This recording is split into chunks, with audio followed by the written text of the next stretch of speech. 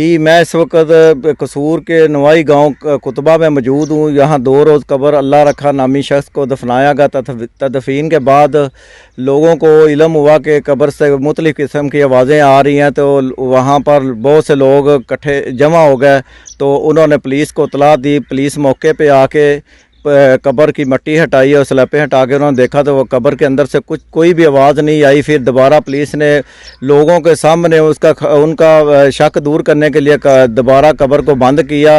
और इस वक्त मेरे साथ कुछ इलाका मकीन मौजूद हैं, उनसे जानते हैं कि ये माजरा क्या है।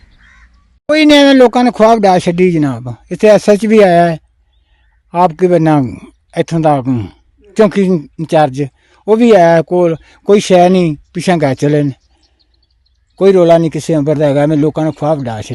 ये कहते सी भी बना आवाज आती है, कोई रोला नहीं गा किसी अंबर का। बंदे कट्ठे कुट्ठे हुए रहे, राती भी होए रहे, शाम वेले भी सवेरे भी होए रहे, मतलब कोई रोला नहीं गा किसी अंबर का भी। सर कोई मामला नहीं बनया। कुछ लोगों ने तो आवाज़ सुनी, उन्हें कि थानू आवाज़ा आ रही ने, तो इस करके उन्हें जाके उन्होंने घर दसिया। तो इस तरह फिर कोई पिंड के बंदे इकट्ठे हुए ने, थाने तलाह दी गई है, वो पहुँचे ने और उन्हें कब्र में उसने पट्टिया भी, लेकिन स्लैपां तक नहीं गए। उतो उस तो बाद उन्होंने कहा जी नहीं ये तो मरिया फौत होया ही अफवाह है में। फिर उन्होंने छड्या, उमें मिट्टी पोई, फिर वापस चले गए ने। ठीक है, जो मामला होया और मजीद ऐसी कोई गलबात नहीं की कि बंदा जिंदा है या कोई आवाज़ा आंदियां ने, ऐसी कोई आवाज़ नहीं सुनी गई।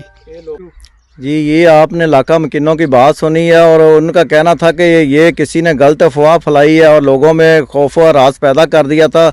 और पुलिस ने आकर कब्र की मट्टी हटा के स्लैपों को हटा के लोगों को ये शक दूर किया, उनका डर खौफ दूर किया और दोबारा से कब्र को दोबारा बंद करके उनका जो है ना उनका जो मुतालबा था वो पूरा कर दिया।